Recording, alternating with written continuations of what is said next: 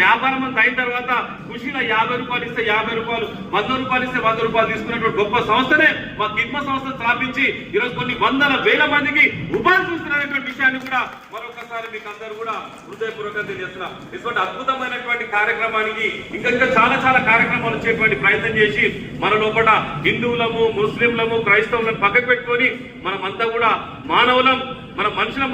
మనం చనిపోయినప్పుడు మన కేలు ఉంగరం రాకపోతే కూడా శ్మశానం దగ్గరనే ఏదు కోసేసి ఆ ఉంగరాన్ని తీసుకునేటువంటి భయంకరమైన రోజు ఉన్నాయి కనుక మనం అందరం ఒకసారి ఆలోచన చేసుకోవాలి.